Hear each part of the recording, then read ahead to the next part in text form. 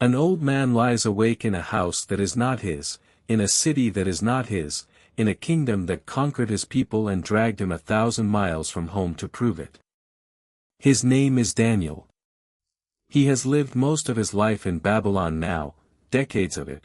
So many kings have come and gone that he has lost count of which throne room he has bowed his head in, wearing another man's crown at another man's pleasure. He is old.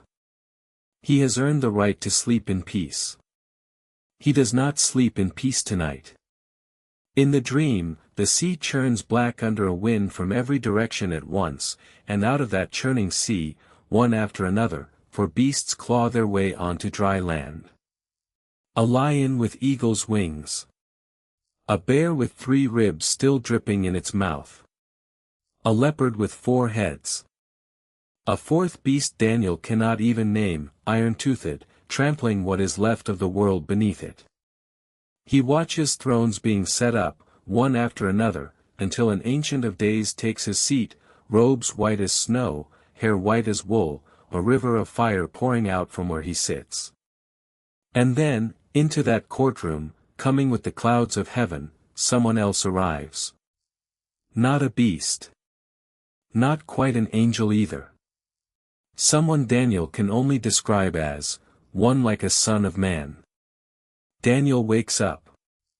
He writes it down anyway, half understanding it, the way you write down a dream at 4 in the morning before it slips away, unsure if you have just seen something sacred, or something you were never meant to see at all. You have probably felt some version of that. A moment too strange to explain, that you write down anyway, hoping it means something. Daniel could not have known what his moment meant. Sitting in that room, terrified, writing by lamplight in a language that was not even his own, he could not have known that 600 years later, a prisoner would stand in a different room, in front of a different throne, on trial for his life, and open his mouth and describe himself using Daniel's exact words. Word for word. And it would be the sentence that got him killed. This is not a story about a title. This is not a story about a nickname people used for a humble teacher from Galilee. This is not a story about modesty. This is a story about the most dangerous sentence Jesus of Nazareth ever spoke, and why, out of every name available to him, he chose to call himself the Son of Man. To understand why that sentence was so dangerous, you have to go back further than Daniel. You have to understand that Son of Man wasn't a strange phrase at all, not at first. It was one of the most ordinary phrases in the Hebrew language. The Hebrew is Ben Adam. Son of Adam. Son of dust. It shows up again and again in the Old Testament as nothing more than a way of saying a human being, small, mortal, made of the same dirt as everyone else. God calls the prophet Ezekiel Son of Man more than 90 times, and every time, the meaning is the same: you are a man. You are not God. You are flesh, and you will die, and don't you forget it. So when Daniel writes down his strange vision and describes a figure like a son of man, you would expect that phrase to mean the same thing it always meant. Small. Human. Ordinary. Except this figure isn't small. This figure rides the clouds of heaven, something only God does anywhere else in the Hebrew Scriptures. This figure is given dominion and glory and a kingdom that will never end, never be destroyed, never pass to another. The Ancient of Days himself hands this Son of Man the throne. Here's what most people miss when they read this. Daniel took the most ordinary phrase in the Hebrew language, a phrase that meant nothing but human, and used it to describe someone who receives worship, receives an eternal kingdom, and comes riding on the clouds like God himself. He fused the lowest possible term with the highest possible glory, in one figure, in one sentence.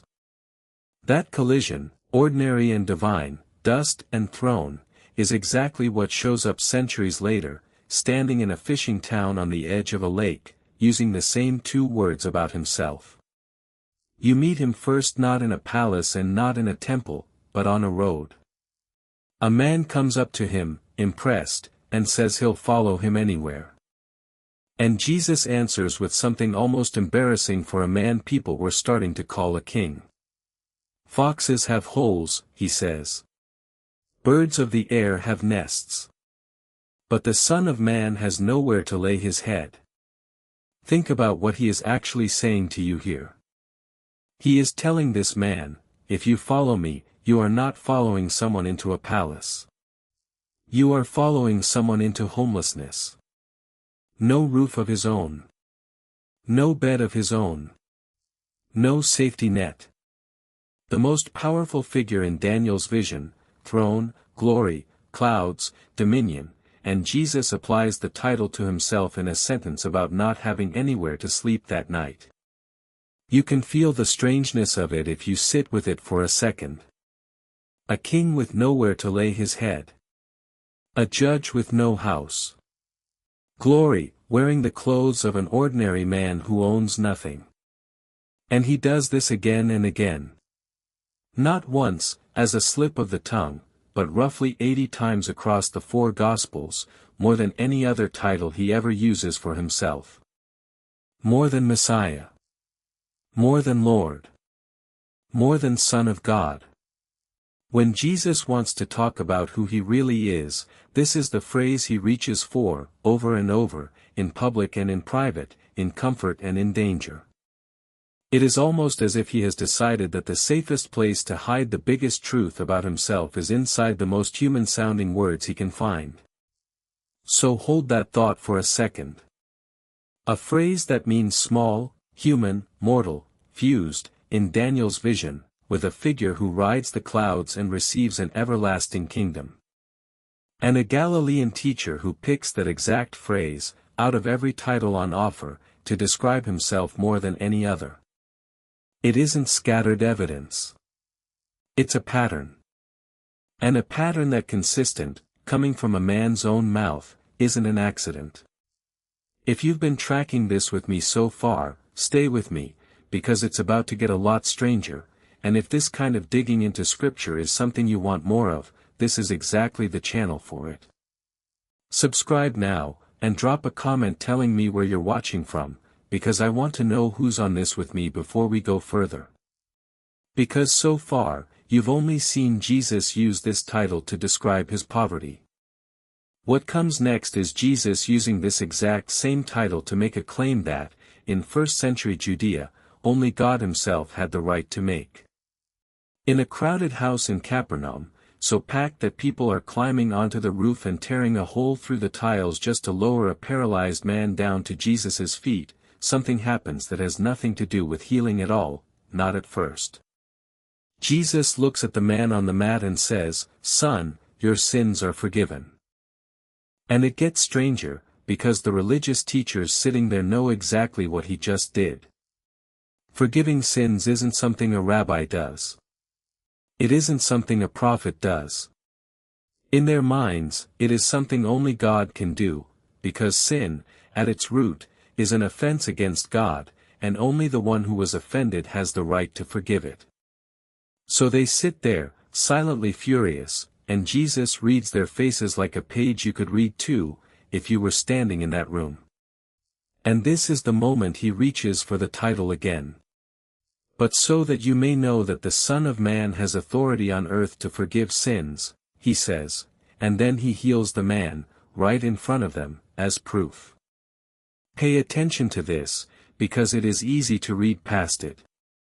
Jesus doesn't say the Messiah has authority to forgive sins, though that title was available to him. He doesn't say the Son of God has authority, though that title was true of him too. He reaches, once again, for the phrase that sounds the most human, the most ordinary, Son of Man, and uses it to make one of the most divine claims a person can make. He does it again not long after, standing in a field of grain on a Sabbath day, when his followers pick heads of wheat to eat and the religious leaders accuse them of breaking the law. Jesus' answer is not an apology. It is a claim. The Son of Man, he says, is Lord even of the Sabbath. Lord of the Sabbath. The day God himself set apart at the foundation of the world, and Jesus stands in a wheat field and says the Son of Man owns it. By now, you might be wondering, did anyone listening actually understand what he meant? Or did Son of Man just sound, to them, like a strange but harmless way of saying myself? There's one more thing worth catching here. By the time Jesus was walking through Galilee, Son of Man was not some neutral phrase in Jewish minds. It had a history. In the centuries between Daniel and Jesus, a widely read Jewish text called the Book of Enoch had taken Daniel's brief, mysterious vision and expanded it, describing the Son of Man as a pre-existent, heavenly figure, hidden with God before the world began, destined to sit in judgment over kings and the mighty on the last day. Whether or not every listener in that Capernaum house had read Enoch, the title was already loaded. It already smelled like a throne. So when Jesus stood in that crowded house and said the word Son of Man and forgive sins in the same breath, the men sitting there did not hear a humble teacher being humble. They heard a claim to divine authority, wrapped in the most human-sounding words available, which is exactly why it made them so afraid, and exactly why, before long, it would put him on trial for his life. Now watch what happens next, because everything you've just heard, the homelessness, the forgiven sins, the Lord of the Sabbath, all of it was building toward one room, on one night, with one question. It is late. Jesus has been arrested in a garden outside the city, betrayed by a kiss from a friend, and dragged through the dark to the house of the high priest, a man named Caiaphas. The council has gathered in a hurry, in the middle of the night, which alone tells you this was never meant to be a fair trial. Witnesses are brought in, one after another, and their stories don't match. Nothing sticks. Nothing they can pin on him is enough to justify what they have already decided to do. Peter is outside in the courtyard right now, warming his hands at a fire, about to deny 3 times that he even knows this man. But inside, a few feet away, Jesus stands silent while the accusations pile up around him, and he says nothing back. Not a word. You can imagine the weight of that silence, how much it must have cost him to stand there and let every lie go unanswered. Finally Caiaphas stands up. He has had enough of the theater. He looks directly at Jesus and asks the one question that can end this quickly, one way or another. Are you the Christ, the Son of the Blessed One? And here, after staying silent through every false accusation, every twisted testimony, every insult thrown his way, here is where Jesus finally speaks. I am, he says. And then he keeps going. And this is the sentence Daniel wrote down 600 years earlier in a dream he barely understood, spoken now, word for word, by a prisoner in chains. And you will see the Son of Man seated at the right hand of power, and coming with the clouds of heaven. Stop and feel the weight of that sentence for a second.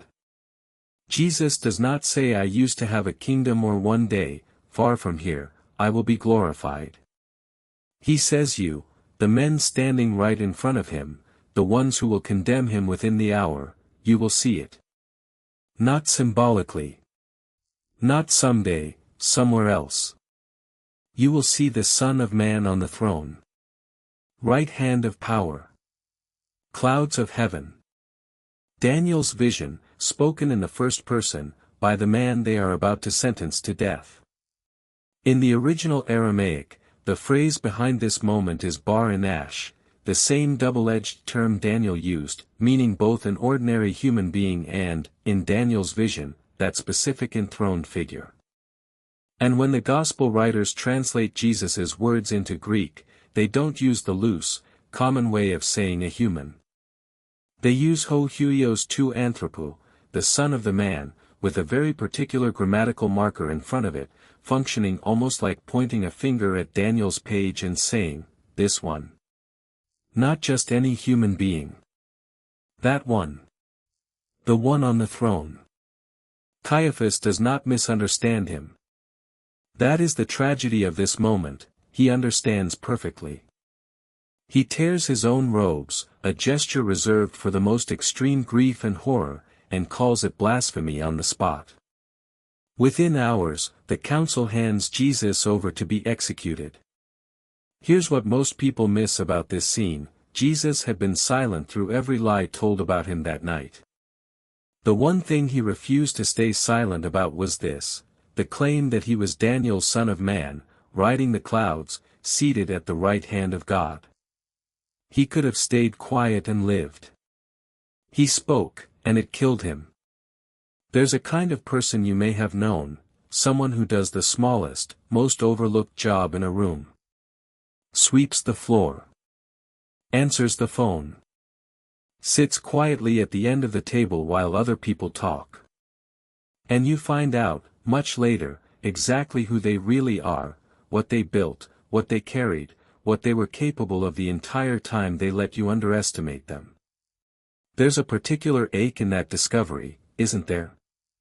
Not that they hid it out of shame, but that they were simply waiting for the moment it needed to matter.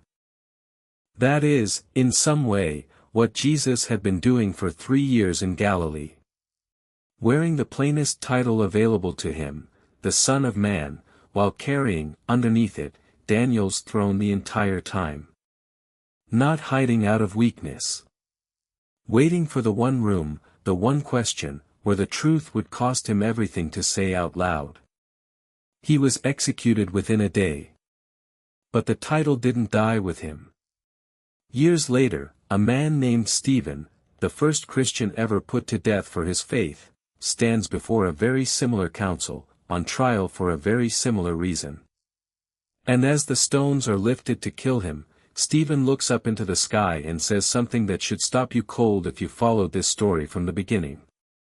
"I see the Son of Man," he says, "standing at the right hand of God." Not seated this time. Standing.